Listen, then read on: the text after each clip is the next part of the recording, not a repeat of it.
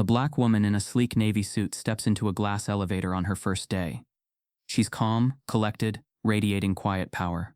But the white CEO, mistaking her for staff, barks, "I'll take a coffee black, 2 sugars, hop to it." The elevator dings. The woman steps out on the executive floor. Everyone falls silent. She walks straight into the boardroom and sits at the head of the table. She isn't the help, she owns the company. Before we deep dive into this interesting story, subscribe to our channel and tell us where are you watching from. Share in the comments below. The morning sun pierced through the sleek glass of the 30-story Wilton Tower, casting a golden hue across the polished lobby floor. Everything gleamed, the marble tiles, the chrome fixtures, the vast glass doors that whispered open with a hush of authority.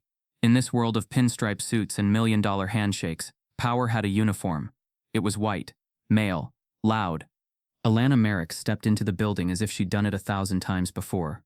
Though in truth it had been nearly 20 years since she'd crossed this threshold. Her heels clicked softly as she approached the elevator bank, a navy blue tailored suit hugging her frame with elegance, a leather portfolio clutched in her hand. Her locks were neatly coiled into a bun, her posture proud, eyes unbothered. She looked like someone who belonged, but not in the way they were used to. The elevator dinged. She stepped inside, standing in the center as the doors began to close. Just before they shut, a man wedged his arm between them. He stepped in hurriedly, without so much as a glance. White mid-50s, sharp jaw, expensive cologne, every inch the archetype. The gold-engraved nameplate on his briefcase read, "Griffin Hale, CEO." Alana turned her gaze forward, silent, unbothered.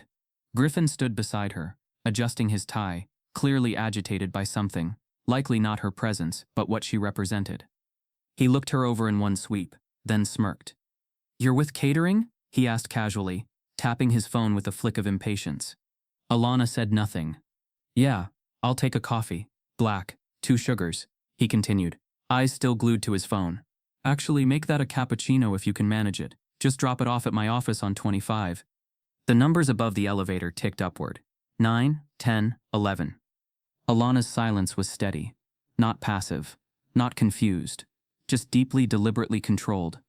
Griffin finally glanced at her. "You heard me right?" he said, puzzled by her lack of movement. Then, with a slight scoff, "New hires always look shell-shocked. Don't worry, sweetheart. You'll get used to the pace around here." That word sweetheart. It didn't belong to the language of mentorship. It was weaponized condescension, dipped in fake kindness and loaded with assumption. It clung to Alana like a memory she had long buried, watching her mother scrub those same lobby tiles 2 decades ago, while white men stepped around her as if she were a moving part of the floor. Floor 14. Griffin checked his watch. "You're gonna miss the kitchen if you don't hurry up." Alana breathed in slowly, her face unreadable. There was no anger, no outrage, just an almost imperceptible tightening around her eyes. A storm, tightly bottled. The elevator halted on the 25th floor. Griffin straightened his jacket, preparing to exit. He held the door for her. "I'm going higher," Alana said softly, her voice calm and controlled. Griffin blinked. "Oh, legal department?" he asked. "They've been on a hiring spree lately. You'll be buried in paperwork before lunch." She said nothing. The door closed again. Griffin chuckled to himself, shaking his head, already forgetting her. By the time the elevator reached the 30th floor, the executive level, the atmosphere had shifted entirely. It was quieter, more polished. The space smelled of money and secrecy. The doors opened. Alana stepped out into the silence. A young white receptionist looked up from her desk. Her eyes widened, recognition flickering across her face, not surprise at Alana's presence, but respect. She rose quickly. "Ma'am, the boardroom is ready," she said.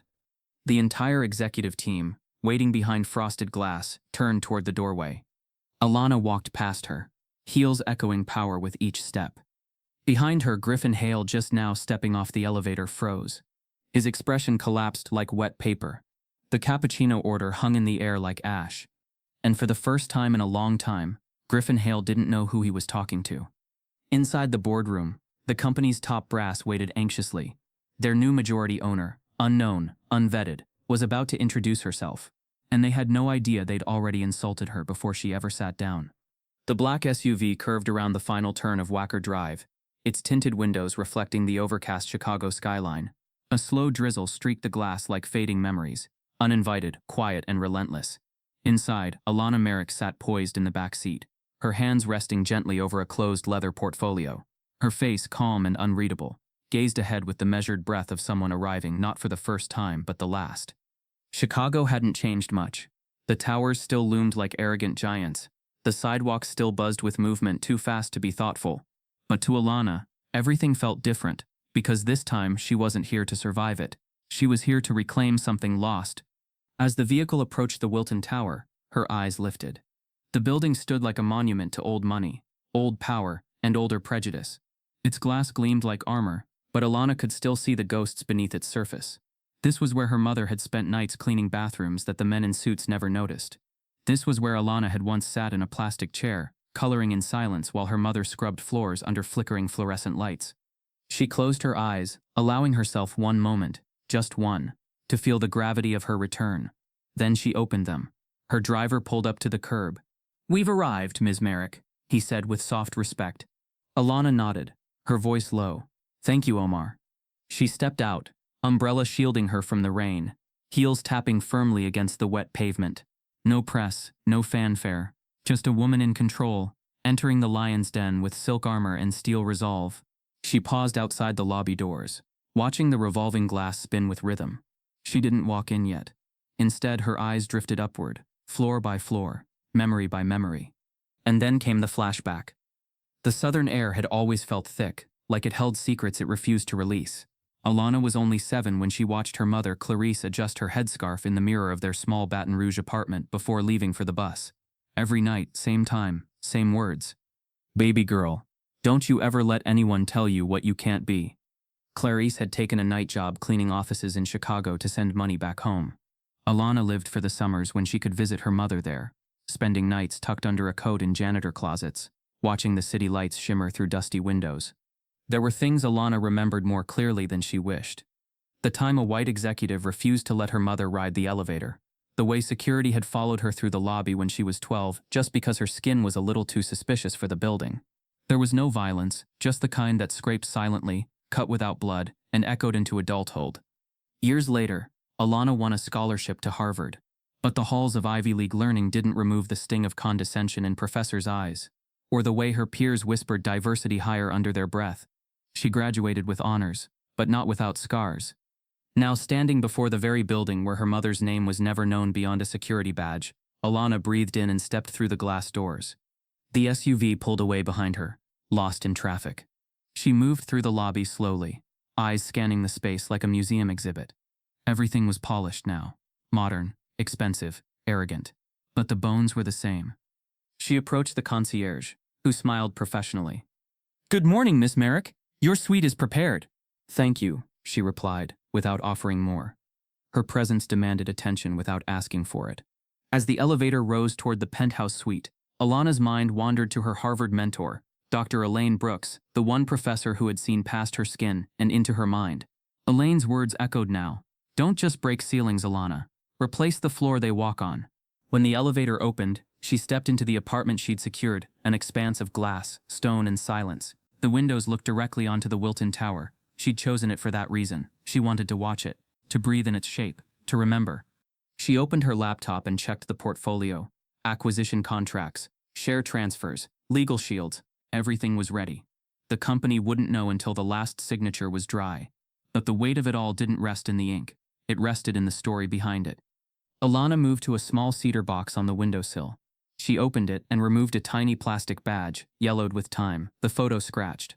It was her mother's old janitor ID, the one they never returned when they fired her for violating dress code after she wore a kente cloth scarf to celebrate Juneteenth. They'd said she was too political.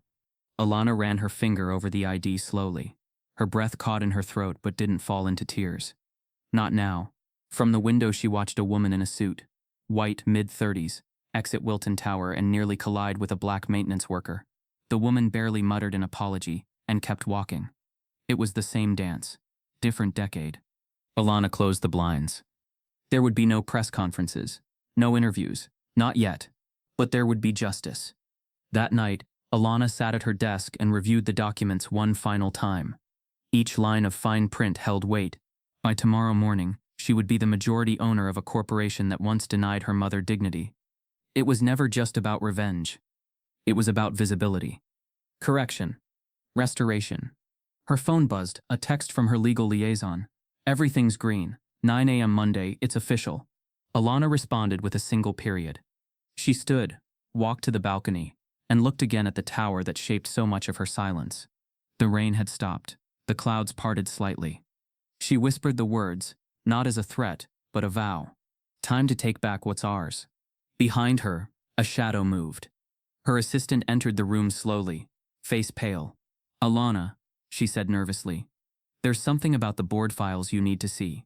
One of the members, they might already know who you are. Griffin Hale stood at the head of the sleek obsidian boardroom table, his jaw tense, his cufflinks glinting under the soft LED lights that buzzed faintly overhead. The room was a study in modern intimidation. Minimalist design, 360-degree skyline views, and a chilling silence that only ever broke when someone dared to speak out of turn and was quickly silenced. His eyes scanned the quarterly reports like a battlefield map. The numbers were not just bad, they were bleeding. Revenue had taken its third consecutive quarterly dip. Client churn was rising. 3 major partners had pulled out without warning, and the internal culture surveys, Griffin had ignored them entirely. After all, no empire was built by caring how the employees felt. We've weathered worse, he muttered, more to himself than the others seated at the table. But everyone in that room, his CFO, legal counsel, HR lead, knew that wasn't true. Wilton Strategic Technologies was bleeding from within, and for the first time in a decade, Griffin didn't have a band-aid big enough to cover the rot. Outside the floor-to-ceiling glass walls, Chicago bustled like it had no idea the kingdom was crumbling. Inside, it was a different world, tense, sharp-edged, and guarded. Do we know who's buying up the shares? Griffin asked suddenly, turning to Marcus Delroy, the CFO. Marcus hesitated, then cleared his throat. Still coming through a proxy network, he said. Legal's tracing it, but every LLC leads to another. Could be a shell game, could be intentional, but whoever they are, they're smart. Griffin's eyes narrowed. He hated games he wasn't winning. We're not up for sale, he snapped, not without a fight. But he knew better. The board had become restless. Whispers of replacing him had started circulating, always just outside the meeting rooms, in the corridor shadows. He wasn't stupid. The vultures were circling. What he didn't know, what none of them knew, was that the predator wasn't circling. She was already inside the building. Elsewhere on the same floor, in the less glamorous HR wing, a junior black analyst named Darren Owens reviewed the company's diversity stats. He leaned back in his chair, face tight. In a company of over 6,000 employees, fewer than 2% held senior titles, and of that only 4 were black. He had sat in too many meetings where Griffin made jokes that no one challenged, where promotions passed over qualified black candidates without explanation. Darren had once asked his manager about advancement opportunities. You're doing great work, she'd said with a plastic smile. But sometimes cultural fit matters more than performance. Cultural fit. 2 words soaked in every kind of polite racism. He wanted to quit, but something told him not to. Something told him that change was close. He didn't know Alana Merrick's name yet, but he would soon. Back in the boardroom, the conversation turned acidic. I'm telling you, if we keep entertaining these DEI audits, we're going to lose our competitive edge, said Charles Wexler, the legal counsel, white-haired and smirking. We're an engineering firm, not a social experiment. Exactly, Griffin agreed. We can't keep pretending that mediocrity deserves a seat at this table just because it checks a box. They laughed, a short, clipped sound that echoed against the high glass. No one in the room questioned it. No one ever had to. Except someone had. Just once. 3 years ago, an Indian-American female engineer named Priya Patel had questioned the hiring practices during a meeting. She was gone within a month. No explanation. No trail. Griffin had her file sealed. And no one spoke of her again. Later that afternoon, Griffin retreated to his office. He closed the blinds, loosened his tie, and stared at his monitor. He didn't trust the board, didn't trust the market, and now, apparently, he couldn't trust the stock ticker either. Someone was moving. Silently. Deliberately. He leaned back in his chair, staring at the ceiling. Who the hell are you? As if summoned by the question, his phone buzzed. Unknown sender. He frowned, opened the message. It contained only one sentence. You've been acquired. His heart stuttered. He bolted upright and checked the stock dashboard again. A fresh line of trades had just processed. 1.2 million shares moved under a new name. Still masked. Still silent. But legally binding. He stood, pacing. No press release. No legal challenge. It was done. It was over. except it wasn't. He didn't even know who had done it. And that was the most dangerous part.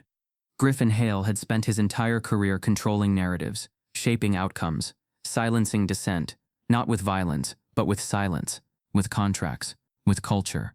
And now someone had beat him at his own game. Without even saying a word. In a nearby room, an intern received a document meant for legal. Confused by the header, he opened it and froze. Inside were emails, dozens of them, years old, marked private Hale only.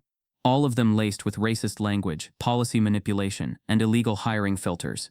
The intern stared at the screen, horrified, then looked up, realizing someone had deliberately routed the file to him.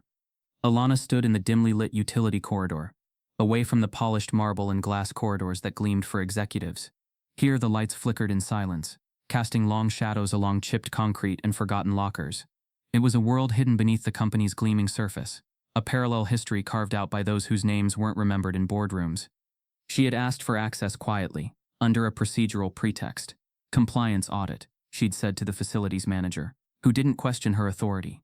Power could be quiet when wielded properly. And right now, she wasn't Alana, the majority shareholder. She was Alana, daughter of Clarice Merrick. Her heels echoed against the hollow floor as she reached the janitor's lounge, a tiny room tucked behind the freight elevator. Time hadn't touched it kindly. The vending machine was dark, the microwave stained, and a stack of outdated cleaning manuals sat crooked on a shelf. But what drew her in was the line of old steel lockers, some rusting at the corners, others still bearing scratched nameplates. She stopped at the third from the left. The tag was nearly worn off, but the engraving was faintly legible, C. Merrick. Her fingers hesitated on the cold metal. Then she opened it. Inside hung a faded navy smock, neatly folded over a hanger. A pair of slip-resistant shoes rested below, soles cracked with time, and wedged between them was a plastic ID badge, yellowed, scuffed, and still clipped to the same retractable cord from decades ago. Clarice Merrick, janitorial staff, Wilton Strategic Technologies. Alana swallowed hard. The silence pressed in, but her mind was loud. She was 7 the first time she followed her mother into this building. It was summer. Chicago's streets were hot and unkind. Alana had begged to come, too young to understand the cruelty that shadowed her mother's job, but old enough to know she needed to see where her mama disappeared to every night. Clarice had been hesitant. "You don't need to see this part of the world, baby," she'd said, wrapping Alana's hair into 2 tight puffs. "But if you do, you'll understand why we fight to leave it." That night, Alana watched her mother scrub toilets in executive bathrooms so pristine the water looked like crystal. She'd knelt quietly beside her as they cleaned stairwells, emptied bins overflowing with food wrappers from men who made 10 times her mother's yearly wage in a single bonus. Once they passed the glass-walled office of the CEO. He hadn't seen them. He'd looked right through them. That was the first time Alana understood what invisibility meant. Not the magical kind from cartoons, but the kind that devoured you while you were still breathing. She never forgot it. Clarice was a proud woman. Her smile was church-deep, full of grace. She wore dignity like armor, even when the job stripped her down to aching knees and bleach-scarred hands. But the racism was constant. Management used coded language. They said she was too opinionated, that she made people uncomfortable when she asked for better gloves, or when she brought sweet potato pie for her crew on holidays. Once, after reporting a supervisor for calling her the help to her face, Clarice was reassigned to night shifts on the coldest floor. No evidence, they'd said. Alana remembered the day her mother came home, silent. No music, no prayer. She placed her ID on the table and walked to the bedroom. Fired. The official reason was multiple dress code violations. But Alana knew what it really was. Clarice had worn a head wrap in honor of Juneteenth, and someone in management had said it looked political. It was racism, dressed in policy. Standing before the open locker now, Alana could still smell the faint scent of lavender, the fabric softener her mother used religiously even on work clothes. "Dignity lives in how you carry your burdens," Clarice used to say. Alana closed her eyes, memories folding into one another. Her mother's hands strong, weathered, always moving. The gospel humming in the background as she cooked grits on Sunday morning. Her voice reciting Langston Hughes, "I too am America." And in all of it, one unshakable truth. Clarice never raised her to hate. She raised her to rise. That was what made Alana different. She didn't come to Wilton Tower for revenge. She came for correction, redemption, not destruction. But that didn't mean she would be silent. She pulled the ID from its cord and slipped it into her coat pocket. Not as a relic, as a reminder. Alana turned to leave, but something caught her eye. Tucked into the pocket of the smock was a folded envelope. Yellowed. Fragile. She opened it slowly. Inside was a handwritten note. If you're reading this, it means you found my locker. Maybe you're cleaning like I did. Or maybe you're just curious. Either way, I want you to know, they didn't break me. They tried. Oh Lord, they tried. But I carried your face in my heart through every long night, and that was enough. If you ever come back here, I hope it's to change this place for the better. Not for revenge, but because you can. It was signed simply, Mama. Tears welled behind Alana's eyes, but she didn't let them fall. Not yet. She folded the letter with the care of someone handling sacred scripture, and placed it back in the pocket where it belonged. And for a moment in that forgotten corner of the building, Alana Merrick felt her mother's strength wrap around her like armor. She returned to the elevator, riding it alone. The ascent was silent, but her heart was thunderous. Alana wasn't just here for a buyout. She was here to resurrect a name they'd buried in bureaucracy and bleach. She was here to make them remember. As the elevator climbed past the 20th floor, Alana's phone vibrated. A text from an unknown number. It read, "They know who you are, and they're planning to stop the audit. Be careful who you trust." The first time Alana Merrick stepped into the business leadership simulation lab at Harvard, her breath caught, not from awe, but from tension. 30 high-backed leather chairs formed a perfect circle under the glint of recessed lighting, nameplates already arranged, folders distributed. She found hers, Merrick, A between Jameson and Cartwright, both last names echoing old money lineage and generational security. Alana's name sounded like an outlier, because it was. She took her seat, spine straight, heart silent. Around her, eyes glanced but did not linger. Politeness was the currency, but warmth was never offered. It didn't need to be. Their glances said what their mouths wouldn't. She's here because of the quota. Let's see how long she lasts.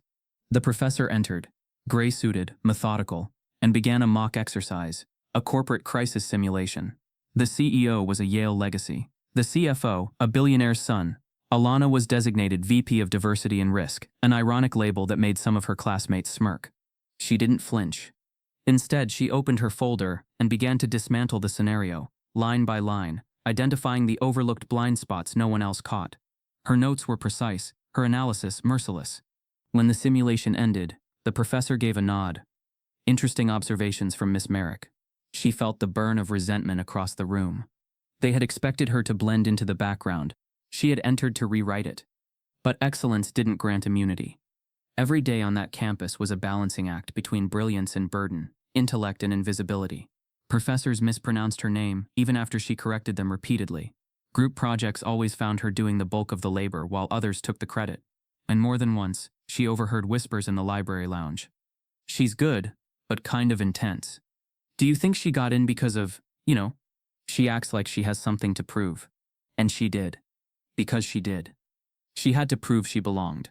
Not just for herself, but for every black girl who never got to sit in those chairs. For every mother who never had the chance to walk those halls. But proving herself came at a cost. There were nights she cried into borrowed pillows, questioning if any of it was worth it. If her mother's sacrifice scrubbing toilets in a city that never saw her had been traded for Alana's loneliness in elite corridors that barely tolerated her. Then she met Professor Nadine Weller. It happened unexpectedly. Weller was tenured, respected, and rarely engaged with students outside doctoral tracks. But one afternoon, after a class where Alana had dismantled a flawed case study on workforce equity, Professor Weller stopped her on the steps of the business school. "You see the game," she said, voice smooth but pointed. Alana blinked. "Excuse me?" "The game," Weller said again. "You see how it's rigged, but you're not angry. That's rare." Alana didn't respond immediately. Weller nodded. "Come by my office. I think we should talk." From that day forward, their meetings became a secret lifeline. Weller, a legend in minority academic circles, had once been the first black woman to earn tenure in that department. She knew the code of silence, the politics of survival, the pressure to be perfect, but invisible. She gave Alana what no one else could: perspective, strategy, and a warning. "Don't let them burn out your light trying to dim their own shame," she said once, her tone stern. "They'll tolerate your intelligence, but your ambition? That's what they'll fear." In that office lined with framed degrees and West African sculptures, Alana found something deeper than mentorship. She found legacy, a quiet inheritance of resistance. By the time Alana graduated, she wasn't just top of her class. She was sharper, harder, but also more deliberate. She turned down offers from 3 major firms, all of whom said the same rehearsed thing. "We'd love to be more inclusive. You'd be a perfect start." She didn't want to be their start. She wanted to build something of her own. But no venture capital firm would touch her. Not really. Not unless she brought in a white male co-founder to smooth the optics. One firm even said it directly. "You've got the mind. We just need a face the market can trust." That night, Alana stared at her mother's photo on her apartment desk and made a decision. She'd build without them, no matter how long it took. Then, 1 week before her first pitch was set to collapse from lack of funding, a letter arrived, a thick envelope, with no return address postmarked from New York. Inside was a typed message. "I've watched your journey, quietly, respectfully. You remind me of someone I once loved. Enclosed is your first round of funding. No strings, only one condition. Remember your roots." A check followed. 7 figures. Enough to launch. Enough to believe. No name, just a black wax seal on the envelope flap, pressed into the shape of a lion's head. Alana sat back, stunned. Whoever it was, they knew her. Not just her business model, but her soul. She never learned the identity of the investor. Not fully. But the message rang louder than the money. As she reviewed the check again, her phone buzzed. A call from a private number. When she answered, a voice deep, unfamiliar, said only, "He's still alive, and he remembers your mother. Be careful who you expose." Then the line went dead. Alana Merrick never introduced herself with a handshake or a smile meant to disarm. She didn't need to. Her entrance into rooms, the way she moved, measured and commanding, did enough. But in the world of tech startups and capital ventures, confidence alone didn't open doors, not for women like her. Her first company, Architect, was born in a 1-bedroom apartment with peeling drywall and a whiteboard balanced on stacked crates. It was a software platform aimed at streamlining infrastructure for under-resourced municipal systems, an idea both brilliant and invisible in a space dominated by app-based convenience. Alana's pitch was clear, her numbers solid, her team lean. But every VC meeting ended the same. Tight smiles, forced interest, and that inevitable phrase, "We think you're impressive, but we're not sure the market is ready." She sat through 43 rejections in 6 months. Sometimes they asked to meet her technical co-founder. Sometimes they suggested she bring someone on board with more market trust. They never said white male out loud. They didn't have to. It was implied in every pause, every glance that skipped past her, every nod that never turned into a check. At one pitch event in Palo Alto, a junior associate whispered, "You're extremely articulate for a non-traditional founder." Alana smiled politely, even as her throat burned. He meant black. He meant woman. He meant not supposed to be here. She left the event without shaking another hand. But failure did something unusual to Alana. It clarified her. Each no sharpened her edges. She redesigned her decks, streamlined her demos, and began hosting her own closed sessions. If they wouldn't offer her a seat at the table, she'd build a new one and sell the damn chairs. Then came the Global Tech Futures Summit. 3 male CEOs, each running firms worth over $500 million, were invited to debate the future of infrastructure optimization. Alana was there as an audience member. At least that's what they assumed. But during Q&A she stood. Her voice cut through the theater. Calm, precise. She challenged their numbers, exposed flaws in their logic, and cited recent city-level case studies they'd all ignored. By the end of her question, the room had gone silent. The moderator blinked. One of the CEOs attempted to counter her point. She corrected him. Twice. The next morning, Wired ran a headline, "Who is Alana Merrick? The voice that silenced 3 titans." She hadn't just entered the conversation. She'd rewritten its tone.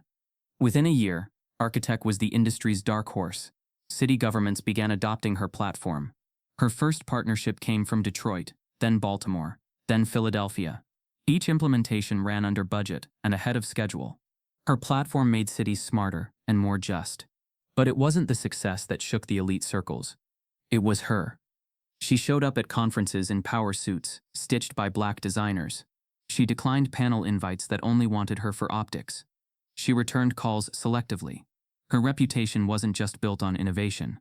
It was carved from refusal. Refusal to entertain racism dressed as tradition. Refusal to be palatable. The bigger her company grew, the louder the resistance. One boardroom meeting with a major bank ended when a managing director, assuming she was an assistant, asked her to take notes. She didn't flinch. She stood up, placed her binder on the table, and said, "You just lost the most scalable equity tech solution on the market." Then she walked out. 2 days later, the bank's competitor offered her triple the original terms. She accepted and kept the story private. Because Alana didn't need revenge, she needed power. Still, the questions haunted her in quiet moments. How much of this fight had been worth it? How many times had she bitten her tongue to make white investors comfortable? How many moments had she sacrificed because the world refused to see her mother's daughter as more than a one-off anomaly? Then, in the quiet of her downtown office, a message came through her encrypted inbox. Wilton Strategic Technologies, 18% shareholder exodus in 2 quarters. Internal chaos, vulnerable. Thought you should know. No name, no signature, just a spreadsheet and an anonymous attachment. Wilton. The name hit like glass shattering in slow motion. The same company where her mother had been erased. The same place that taught her what systemic invisibility looked like. The same tower she had stood outside, aged 7, watching the men in suits walk past her mother without ever saying thank you. Alana sat still for a long time. The message was an invitation, but also a test. She could ignore it, focus on her current empire, or she could step back into the belly of the machine. Only this time, as the one holding the lever, her mind raced. Wilton wasn't just vulnerable, it was bleeding. And someone inside wanted her to know. Later that night, another file appeared in her inbox. It contained a scanned image, faded, grainy, a staff photo, janitorial team, 1997. Her mother stood in the back row. Kneeling in front of her, smiling wide, was a young man. The image was labeled, Griffin Hale, Junior Operations Intern. The air in the executive boardroom of Wilton Strategic Technologies had a certain texture. Sterile, stifling, expensive. It smelled faintly of polished oak, designer perfume, and old arrogance. 12 board members sat at the gleaming oval-shaped table, backs straight, voices lowered to a dull murmur as they awaited the consultant Griffin Hale had arranged to address internal equity and compliance restructuring. None of them liked surprises, especially not those involving words like equity. Griffin stood at the far end, visibly tense but hiding it behind rehearsed casualness. His mind buzzed. The email still haunted him. "You've been acquired." But he didn't yet believe it. Not fully. He told himself there had been a glitch, a miscommunication in the proxy transfers. Still, the uneasy silence in his chest refused to quiet. A knock. The door opened. And Alana Merrick walked in. The heels of her shoes barely made a sound, but the room's atmosphere shifted as if thunder had rolled in behind her. Her navy suit was tailored perfectly, her expression unreadable, calm, composed, but carved from quiet authority. For a moment, the board simply stared. Some narrowed their eyes. A few furrowed brows. Most assumed she was the assistant, or the analyst, or perhaps the DEI liaison. None imagined the truth. Griffin's breath caught. His fingers froze mid-scroll on his tablet. He recognized her, not from the elevator, not from the coffee mistake, from the photo. That grainy image. Back row, Clarice Merrick. Front, him, kneeling beside the woman he'd ignored for a summer. His eyes widened. The realization swept over him, not in a wave, but a collapse. Alana took her place at the head of the table. She didn't ask permission. She didn't wait to be introduced. She simply sat. "Good morning," she said softly, her voice even. "Let's begin." A few board members exchanged puzzled looks. One, Martin Sellers, leaned forward. "I'm sorry, are you with the consulting firm?" Alana offered a slight smile. "No." Pause. Griffin's mouth twitched. He wanted to speak, to intercept whatever was coming, but he couldn't find words. Alana continued. "My name is Alana Merrick. I'm not your consultant. I'm your majority shareholder." The room froze. A silence bloomed so large, it swallowed the pretense whole. Martin blinked. "Excuse me?" "I now own 52.6% of Wilton Strategic Technologies," she said, unfolding a document from her portfolio and sliding it down the table. "These are the official transfer records. The sale completed 48 hours ago, confirmed through the Board of Trade and Delaware corporate filings." No one moved. It wasn't just shock, it was destabilization. A woman like her, black, young, and previously invisible, wasn't supposed to own them. She wasn't supposed to sit at that table, much less at the head of it. Griffin's voice finally cracked through the tension. This must be some kind of stunt." Alana turned her gaze to him slowly, not with anger, but history. "No, Mr. Hale. The stunt was assuming I didn't belong." He opened his mouth again, but nothing coherent came out. Alana addressed the board. Over the past 6 months, I've been acquiring silent shares through proxy vehicles. As of this week, those shares have consolidated under my ownership. I've also gained voting control on 3 key committees. A woman down the table cleared her throat. You have no background in operations here, no board tenure. We weren't even informed of your intent. You weren't informed, Alana said calmly, because I didn't need your permission to correct a legacy of exclusion. The words landed like thunder. One of the board members reached for the papers, scanning the signature pages, then looked up. This is real. Griffin stepped forward. We need to discuss this in executive session. There is no executive session without me, Alana cut in, her tone unwavering. I am the executive session. She stood, walking slowly along the table as she spoke. For decades, this company has operated under a veil of elitism, quiet racism, and unchecked silence. My mother once scrubbed these very floors. She was dismissed without cause, called too political for wearing a cultural head wrap on Juneteenth. Several eyes flicked toward Griffin. He stiffened, swallowing rage and embarrassment in equal parts. I've watched, Alana continued. I've seen qualified black employees passed over. I've read the HR complaints you buried. I've traced the emails that joked about diversity theater. Now, the air wasn't just shocked. It was charged. Griffin's facade cracked. You can't just walk in here and rewrite history. Alana stopped walking. She turned to face him fully, her expression steady. I'm not rewriting anything, she said. I'm correcting what was never written honestly in the first place. She returned to her seat, opened a folder, and slid out a document. This, she said clearly, is my first executive action. The board braced. Griffin clenched his fists. I am ordering a full, independent diversity and equity audit of all departments, starting with executive hiring practices and compensation disparities. The results will be public. The audit team will report directly to me. The table erupted, voices overlapping, protests rising. Someone shouted about legal overreach. Another warned of stock instability. Alana waited. Let them thrash. Let them panic. When the noise faded, she leaned in, eyes cold but brilliant. If transparency scares you, she said, perhaps you've grown too comfortable in the dark. Griffin stepped back, pale, eyes darting. And then suddenly his phone vibrated. He looked down. An anonymous message. You should have stayed quiet. Now your emails are coming to light. His throat tightened. He looked up at Alana, whose gaze had already returned to her folder. In a corner of the boardroom, the AV technician, quiet and unnoticed, closed his laptop with a soft smile. The entire meeting had been recorded, and someone had just uploaded the footage to an unlisted press account. The boardroom fallout had barely cooled when Alana stepped into her new office on the 30th floor. It wasn't ostentatious, though it had been clearly designed to impress. A massive desk, imported leather seating, a view that swallowed half the city. But Alana didn't sit. She walked slowly to the window, looking down at the street where her mother once waited for the night bus, uniform damp with sweat, dignity hanging by threads. There was no satisfaction yet, only silence. And somewhere beneath that silence, something rotten still waited. Her phone buzzed. A message from the compliance lead she'd privately recruited 2 days earlier. You'll want to see this. I flagged a dormant drive on the HR server. Archived anomalies. Accessing now. She replied instantly. Forward everything. No redactions. Alana turned from the window. She didn't hesitate. She opened her laptop and prepared herself. Not for shock, but for confirmation. Within minutes, the files arrived. 1 folder, then 2, then dozens, each titled with generic names. Review Backup 97, Personnel Concern 02, Retention Summary MISC. But buried inside them were ghosts. Not the kind that haunt, the kind that testify. She opened the first document.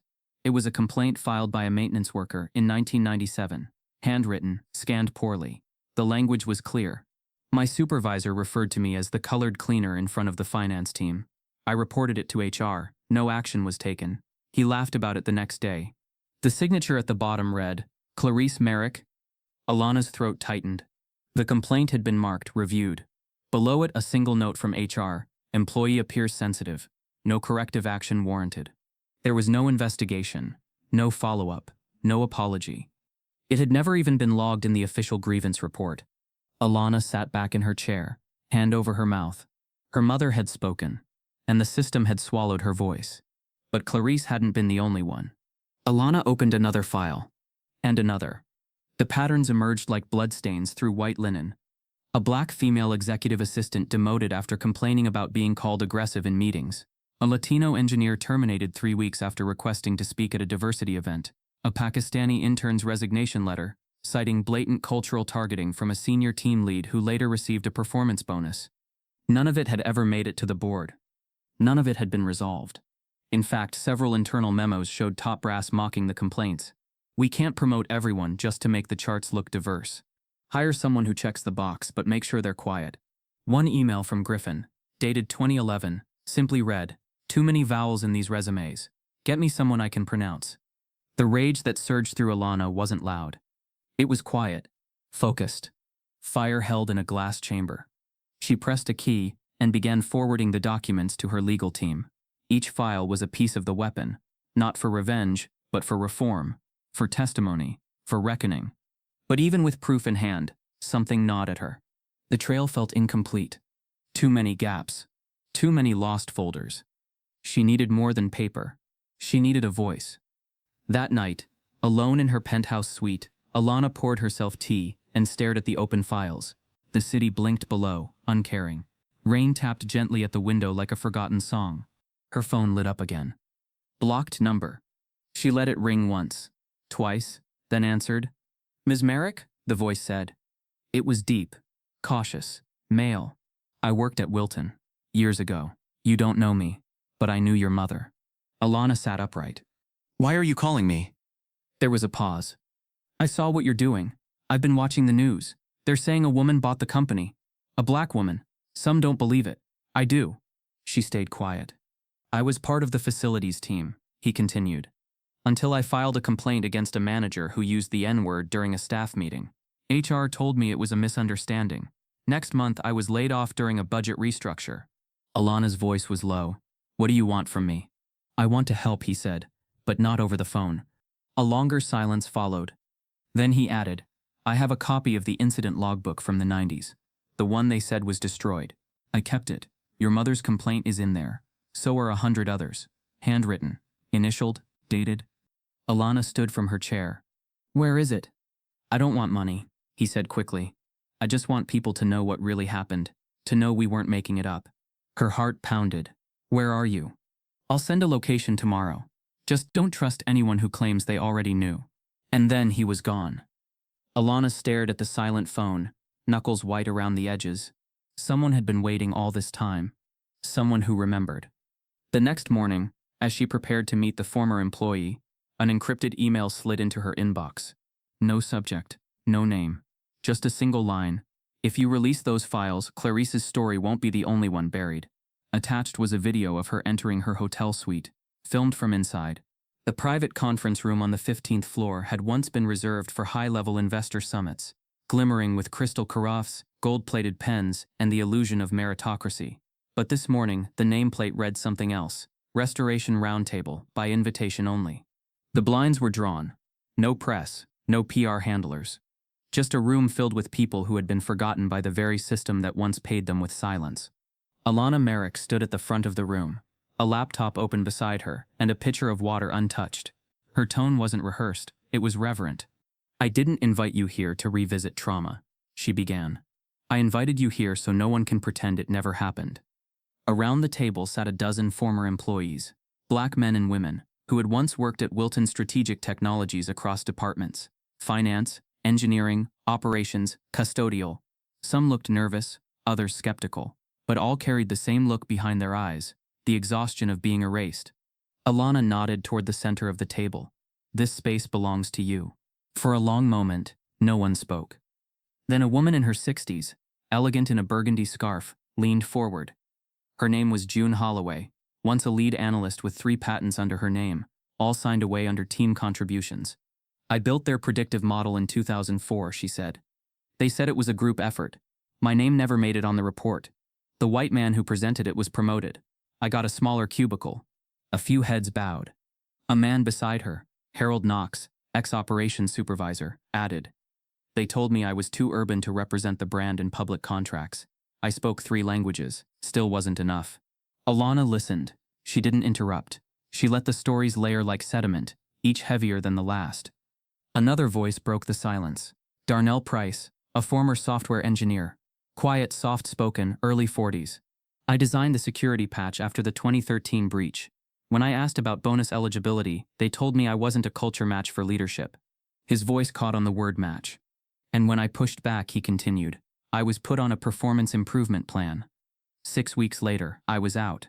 A younger woman near the corner, cheeks flushed, whispered, I changed my voice on calls, practiced sounding less black. My manager once said I had a pleasantly neutral tone.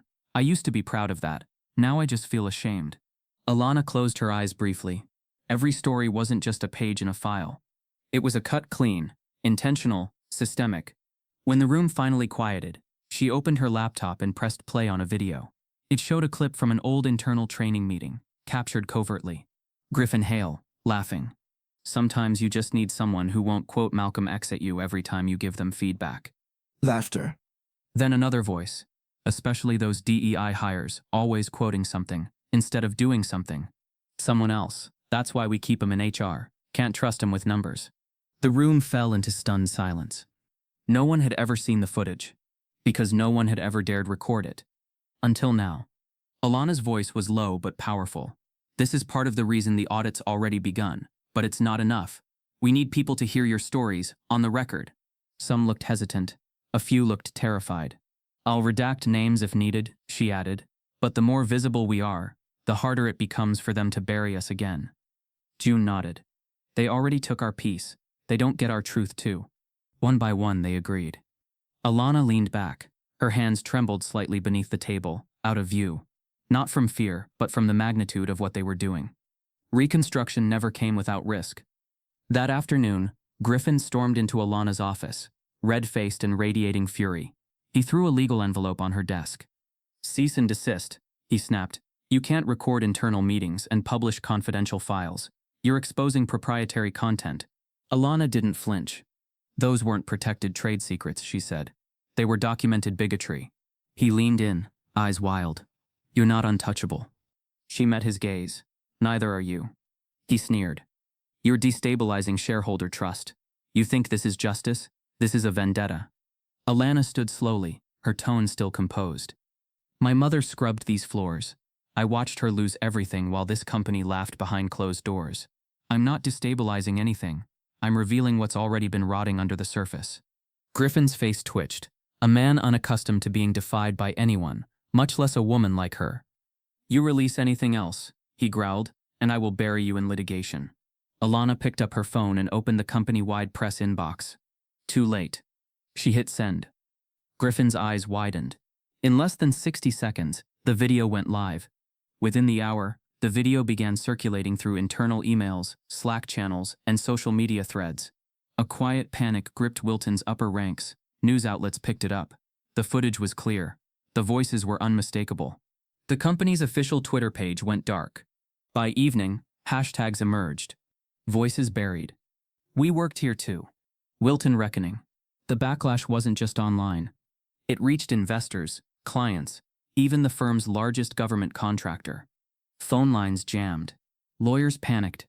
And Griffin Hale? He sat in his office, blinds drawn, heart pounding. He'd underestimated her. He'd mistaken dignity for docility. And now? He was at the center of a reckoning he couldn't outrun. As the news exploded, Alana received another anonymous message. It was a new video, grainy security footage. It showed a storage room door in Wilton Tower, and someone removing boxes late at night. The person wore a staff badge, and it wasn't Griffin. By morning, Wilton Tower wasn't just a corporate headquarters. It was ground zero for a cultural reckoning. News anchors led with the same headline across networks. Black woman buys racist company, then exposes it from the inside. Screens flickered with the now viral boardroom clip. Griffin Hale's smirk mid-comment. The offhand racist jokes and Alana's voice cutting through like thunder. Hashtags surged into trending territory. Wilton Truth. Merrick moves. Daughter of Clarice. Outside Wilton's glass doors, reporters crowded the entrance. Protesters lined the sidewalks. Some in support, holding signs that read "Our Voices Matter," others shouting accusations of corporate sabotage and race-based warfare. Alana sat in her office, the blinds shut tight. Her phone hadn't stopped vibrating. Texts from allies, threats from unknown numbers, interview requests from every network imaginable. She scrolled through the feed, eyes scanning headlines. NBC. New CEO Merrick initiates DEI audit in wake of racist email leak. Fox. Is this reverse racism? Corporate America reckons with identity politics. AT Clarice Merrick's daughter just burned down the building that ignored her. She closed the browser. This wasn't about headlines. It was about memory, about restoration. But it didn't mean the backlash didn't sting. The internet turned into a battlefield. On Twitter, support poured in. Testimonies from other Black professionals, messages from survivors of workplace racism, even white allies who'd witnessed it in silence and now regretted not speaking up. But just as loudly, the vitriol came. Affirmative action gone wild. She's weaponizing race. This is woke tyranny. Bet her mother lied too. Photos from her past began to circulate, cropped, twisted, captioned out of context. A screenshot from a college protest she attended was labeled Radical Left Agenda. An old email she sent to classmates about racial bias was repackaged as proof of a race-based vendetta. They wanted to rewrite her now. They couldn't challenge her brilliance, so they attacked her roots. She received emails with subject lines like, "Go back, and you people can't lead." Some came with threats. One simply read, "You'll never be safe in glass buildings." But Alana had long ago learned to measure her fear like currency, to never let it spend itself recklessly. She printed a few of the worst ones, pinned them to a corkboard, and got back to work. Meanwhile, Griffin tried damage control. He went on a conservative podcast, painting himself as the victim of a cancel culture witch hunt.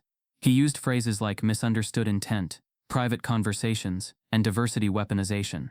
His lawyers filed injunctions to stop the audit from releasing further reports. But the court of public opinion had already rendered its first judgment, and it wasn't in his favor. Stock prices dipped. Clients started walking. Wilton's board called an emergency session without him. His empire was crumbling. And still, Alana said nothing publicly. She refused every interview, declined every segment. "No comment," her press liaison said. "She's letting her actions speak." But the world wasn't patient, and her silence began to echo louder than any speech. Inside her office, Alana met with her crisis advisor, a Black woman named Tasha O'Connell, sharp as glass and unshakably calm. "You need to speak soon," Tasha said. "If you stay silent, they'll define this for you." "I don't owe them a press conference," Alana replied. "I've already spoken, with files, with proof." Tasha nodded, but her gaze was firm. "I agree, but the public needs a face. They need your eyes, your voice, your control. If you don't tell them who you are, someone else will." Alana leaned back, thoughts spinning. She had promised herself this was about correction, not spectacle. But the moment had become more than her. It belonged now to others watching, to every underpaid, overlooked, unseen worker still trapped in Wilton-shaped places. Tasha placed a folder on the desk. "Then maybe this will help." Alana opened it. Inside was an invitation. World Business Equity Summit, Berlin. Keynote slot offered to Alana Merrick, CEO, Wilton Strategic Technologies. Panel topic, Power, Justice, and the Corporate Reckoning. Her name was embossed in gold. Above it, the line that made her chest tighten. "We believe you are shaping history." She closed the folder slowly. Her mother had once whispered to her in the dark, "One day you'll stand where they told me I didn't belong. When that day comes, don't ask for their permission, just speak." She looked out her window. Below, a crowd of interns watched the headlines scroll across the ticker outside. One of them, a young Black woman in a box braid bun, noted her silhouette in the window and whispered to her friend, "That's her. That's the reason I applied." Alana watched them for a moment, unseen. She exhaled.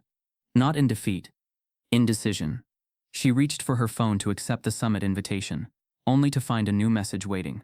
An image, blurry, from inside her office, taken from above.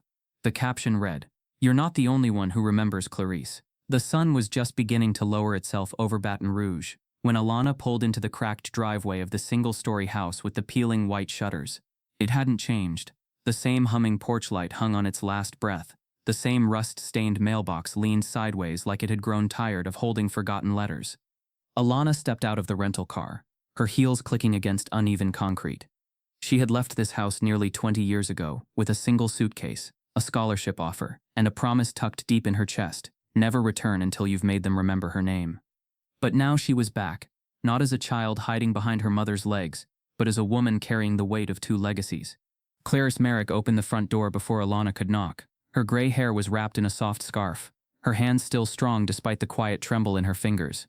For a moment they just stared. Then, a nod.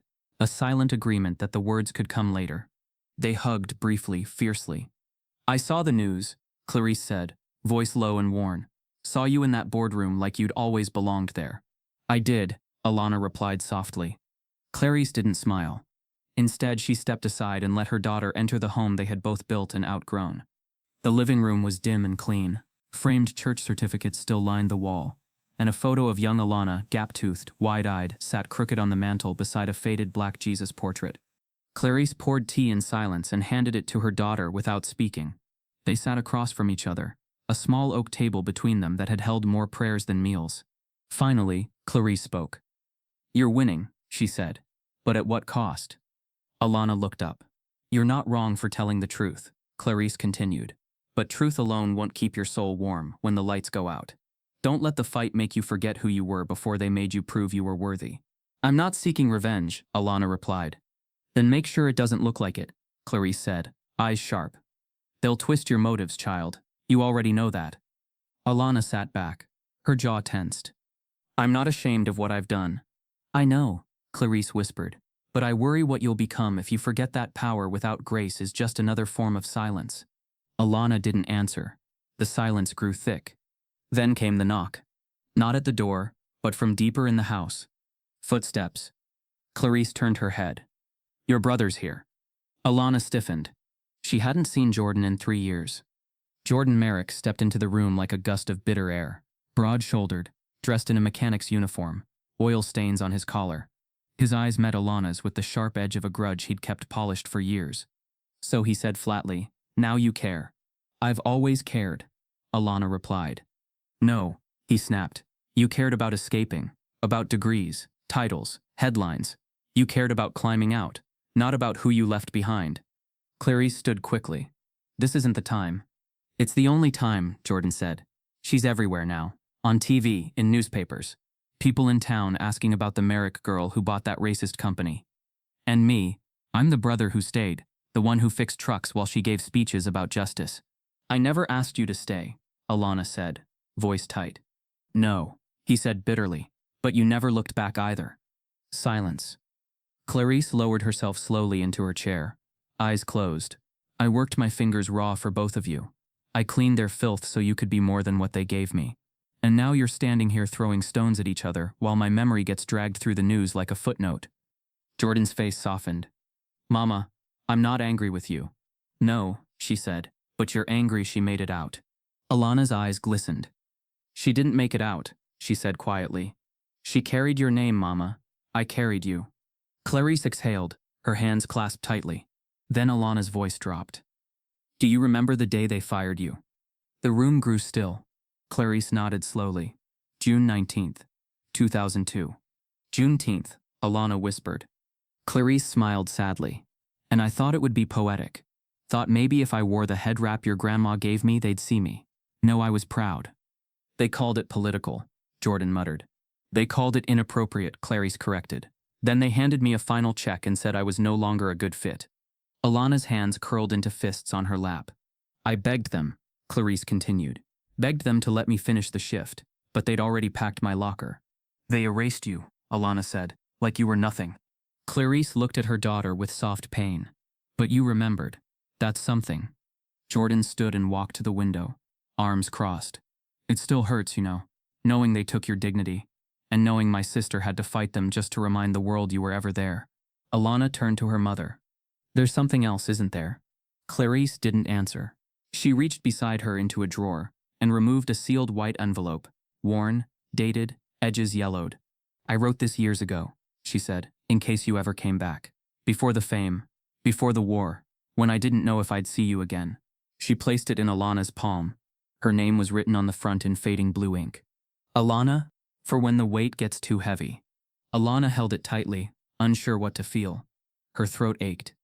Clarice rose and kissed her forehead. "Don't open it here." Jordan looked over. "What's in it?" he asked. Clarice only smiled. "It's not what you think." That night, back in her hotel room, Alana sat alone under lamplight. She opened the envelope slowly. Inside was a single sheet of paper and a second envelope addressed not to her, but to Griffin Hale. In her mother's handwriting it read, "He knew. He was there."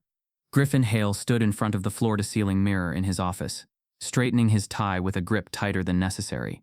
His reflection looked back with the same expensive haircut, the same perfectly pressed suit, but something was missing. That quiet self-assurance, the gleam of a man too powerful to be touched. It had dulled, faded into something smaller, heavier. Outside his door, the company he once controlled was slipping through his fingers. Shareholders were calling emergency votes. PR firms had backed out of representing him. His calendar, once stacked with speaking engagements and private equity brunches, now held a growing list of cancellations. The letter still sat on his desk, unopened but screaming. It bore Clarice Merrick's looping handwriting. That name Clarice now haunted him like smoke that wouldn't clear. He remembered her. Of course he did. But not the way the media was painting it. Not as a victim. Not as some symbolic mother of the revolution. He remembered her because she saw him before he had power. And she didn't flinch. Even as a young intern, Griffin had learned the game early.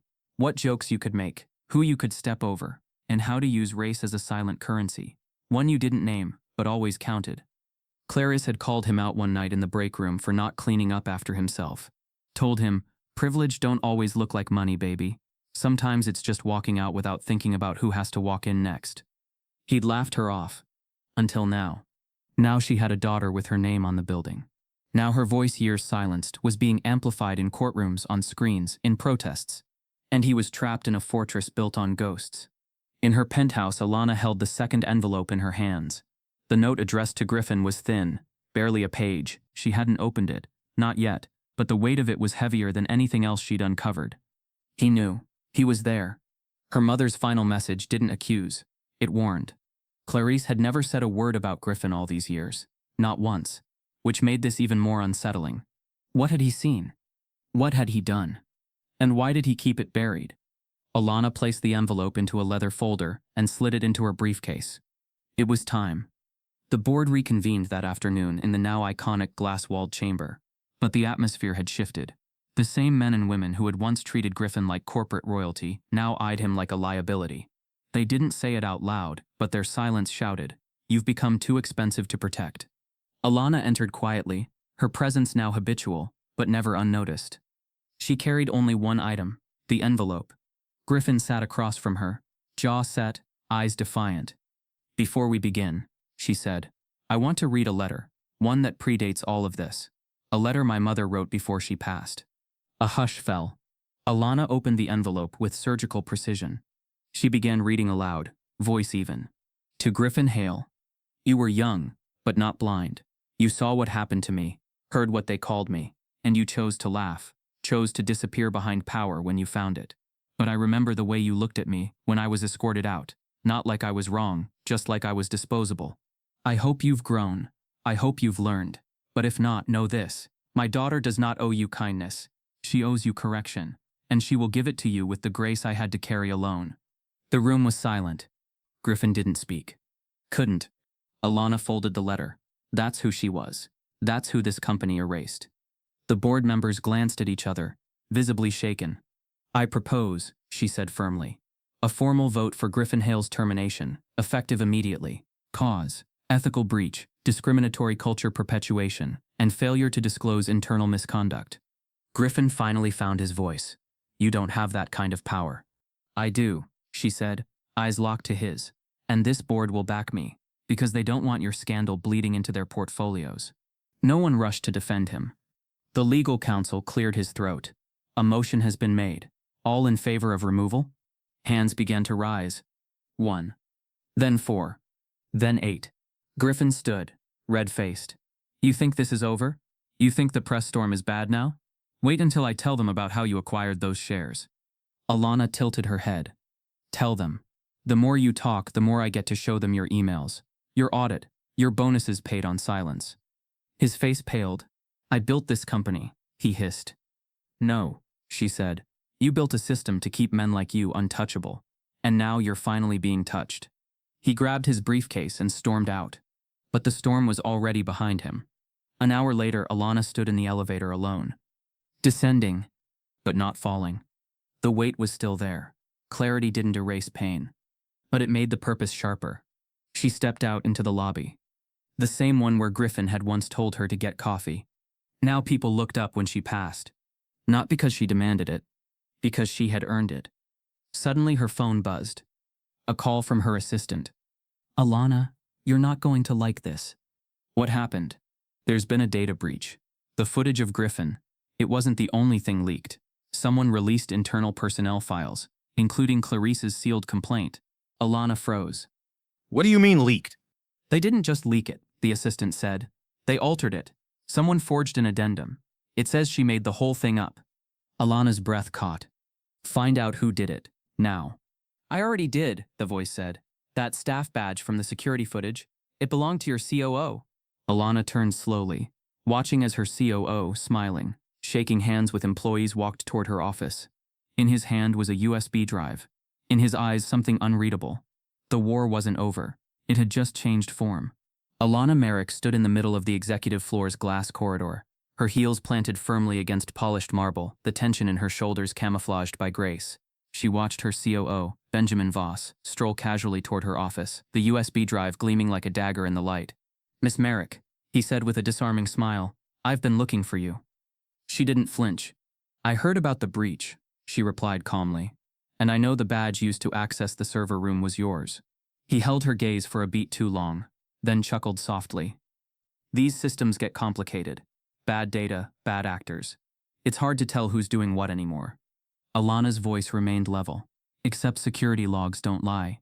You were there, the night before the files were leaked. Clarice Merrick's sealed record was doctored by someone with your clearance. Benjamin shifted his weight, eyes cool. I was protecting the company. We can't afford another firestorm, Alana. You didn't protect the company, she said. You tried to erase a woman who built it from the ground up. He raised an eyebrow. She was a janitor. Alana stepped closer. No, she was the foundation. And with that she turned and walked away, heels echoing like a war drum. She didn't call security. Not yet. She had one more battle to finish first. The press conference had been scheduled hastily, but the room was packed. Journalists, shareholders, employees, and cameras rolling live across multiple networks. The company's seal gleamed on the backdrop, but it was Alana's presence center stage, commanding without force, that silenced the buzz. Griffin Hale sat at the far end of the row, his suit slightly wrinkled, his jaw clenched. He had insisted on attending. It was his last chance, he'd told himself, to reclaim the narrative, to spin the fall. Alana approached the podium. Flashbulbs popped. Silence fell. When I walked into this building weeks ago, many assumed I didn't belong, she began, her voice calm but sharp. Some believed I was staff. Some believed I was decoration. Few realized I was the new owner. A ripple of awkward laughter moved through the room. But what none of them understood, she continued, was that power doesn't always arrive with noise. Sometimes it walks in wearing quiet intention. She turned slightly, gaze landing on Griffin. For years, this company thrived while silencing the very people who made its success possible. From janitors to engineers, from assistants to innovators, Wilton Technologies built walls not just with glass but with fear. Griffin shifted uncomfortably. Today, that era ends. She paused, then spoke the next words slowly, deliberately. Effective immediately. Griffin Hale is terminated from Wilton Strategic Technologies, for cause. Gasps echoed. Cameras zoomed in. Griffin rose, stunned. You can't do this. Alana met his eyes without flinching. Yes, I can. And I just did. He looked around, waiting for support. None came. The board members sat still. The employees sat straighter. She turned back to the mic. When Mr. Hale told me to fetch coffee in that elevator, he didn't just misjudge me. He confirmed the rot at this company's core, a rot that tolerated discrimination, buried complaints, and weaponized silence. She let that sit. Now we move forward. She gestured to her side. Two individuals stepped forward. Jade Collins, a black woman in her 40s with a background in urban innovation, and Marcus Stokes, a disabled Navy veteran who had once filed a discrimination suit against Wilton. These are your new Chief Operating Officer and Chief Equity Officer, Alana said. They know what it means to be overlooked, which is why they're perfect to lead.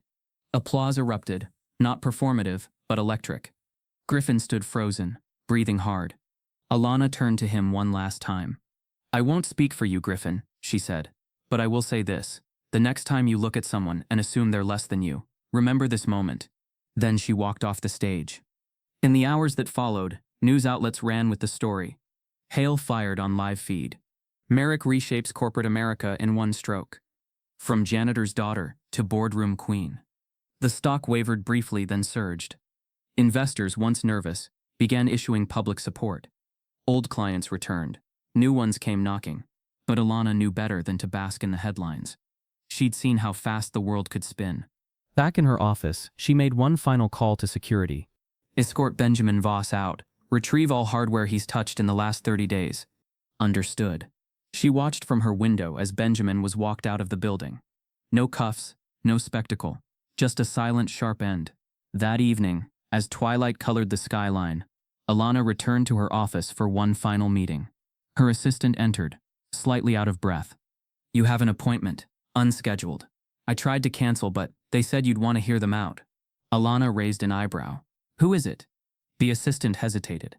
They said to tell you, they're a silent shareholder, but not anymore. Alana's breath caught. Send them in. The door opened slowly. A woman entered, tall, silver-haired, dressed in muted gray, with a briefcase bearing a name Alana hadn't heard in years. But the eyes, they were familiar. Too familiar. The woman extended a hand. My name is Elaine Weller, she said. Alana stood slowly. You taught at Harvard, she whispered. Elaine nodded.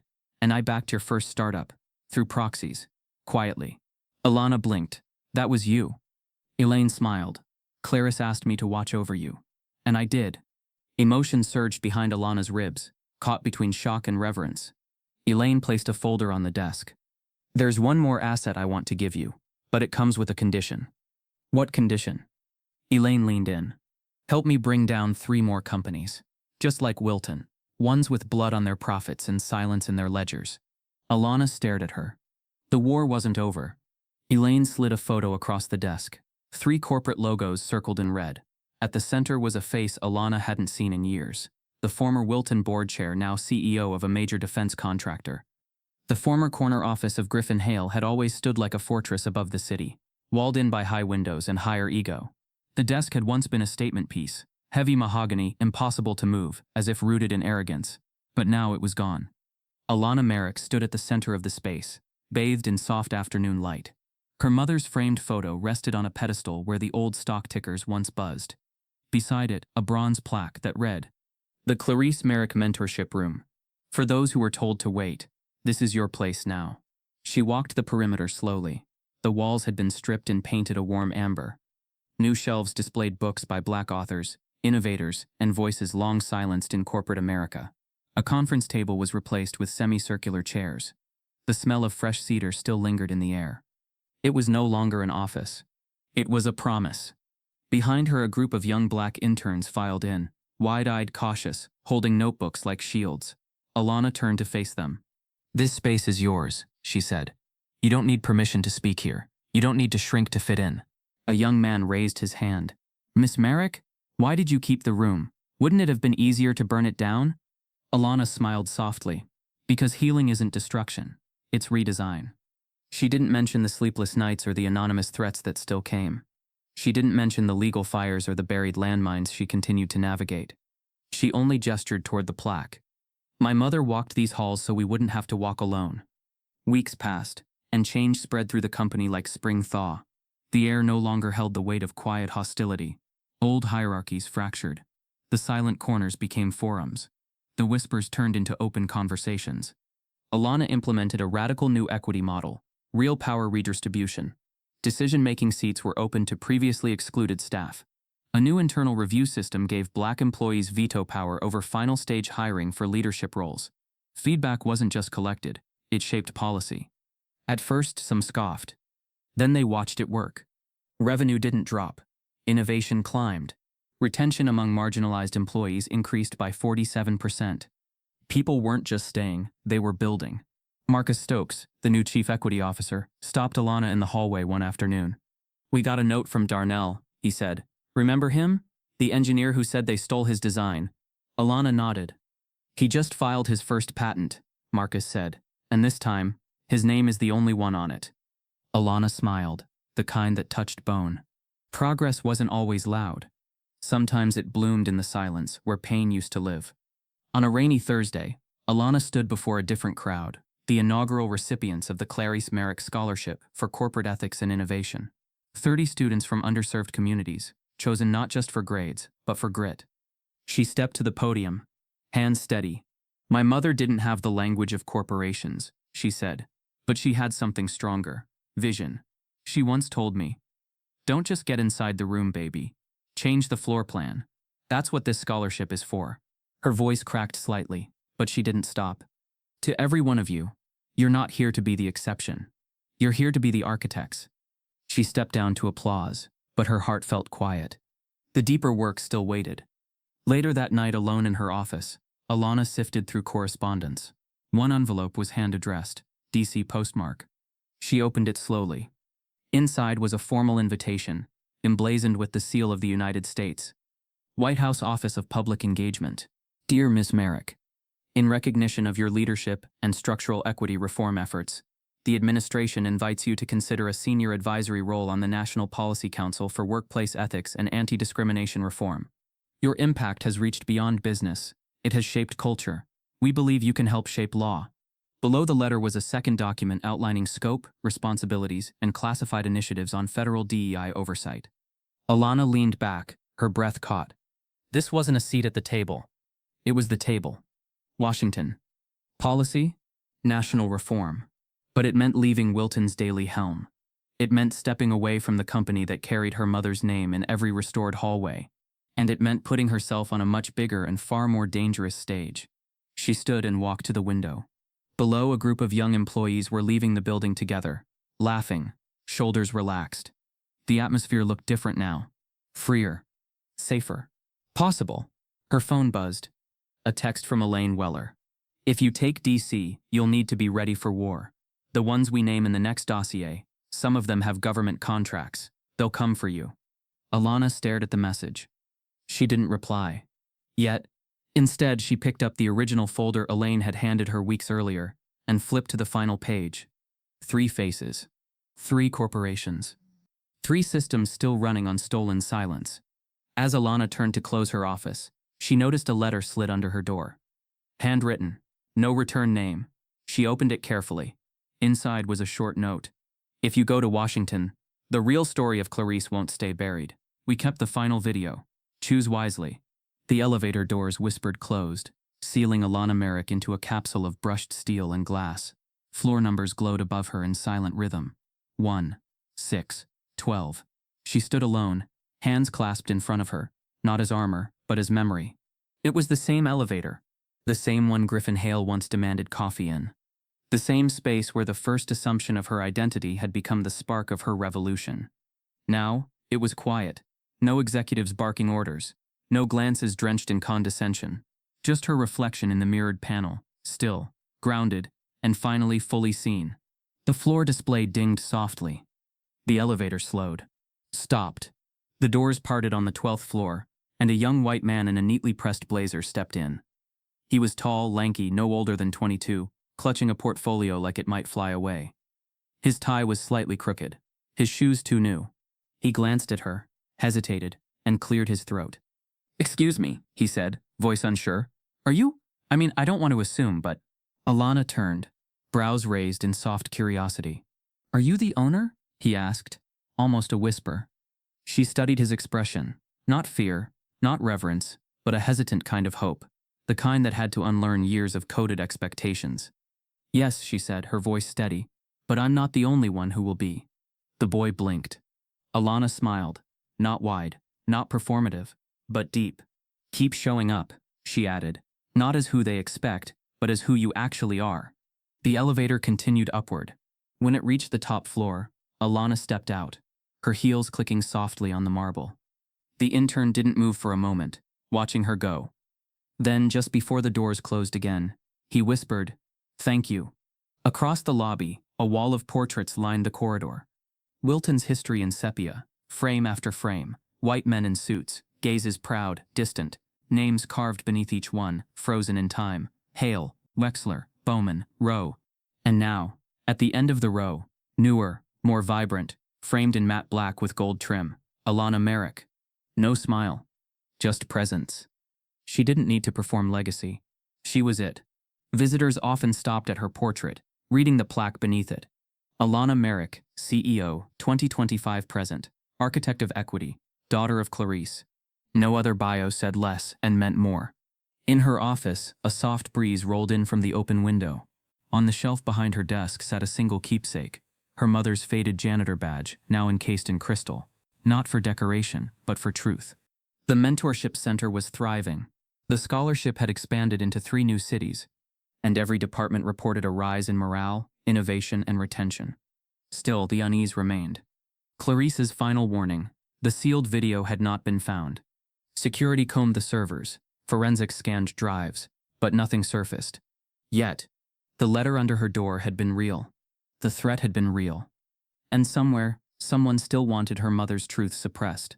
Not because it would damage Alana, but because it would reveal something older, deeper, and more systemic than one racist firing. But Alana wasn't afraid of exposure. She was afraid of forgetting. Forgetting who the fight was for. Forgetting what it cost. Her phone buzzed. An unfamiliar number. She hesitated. Then answered. Alana Merrick speaking. A voice on the other end, calm, strained, spoke with practiced polish. "This is Daniel Trenton, CEO of Stratus Works Technologies." Alana stiffened slightly. Trenton ran one of the largest logistics infrastructure corporations in the U.S. and had recently been accused of silencing a black woman executive who spoke out about discriminatory hiring. "I know who you are," she said flatly. Trenton exhaled. "Then you know why I'm calling." "I didn't ask." There was a pause. Then, "We're in the middle of a firestorm. I'm losing board support. Investors are rattled, and someone said you might be willing to talk." "To save you?" "No," he said. "To teach me, or to at least help me unlearn." It was the first time Alana had heard a request from power that wasn't laced in pride, just fear, and maybe sincerity. "I'm not a fixer," she said. "I don't do image rehab. I'm not asking for that." "What are you asking for?" "To meet," he said. "Not on camera, not with press. Just to understand how to rebuild without burying people." Alana stared out the window.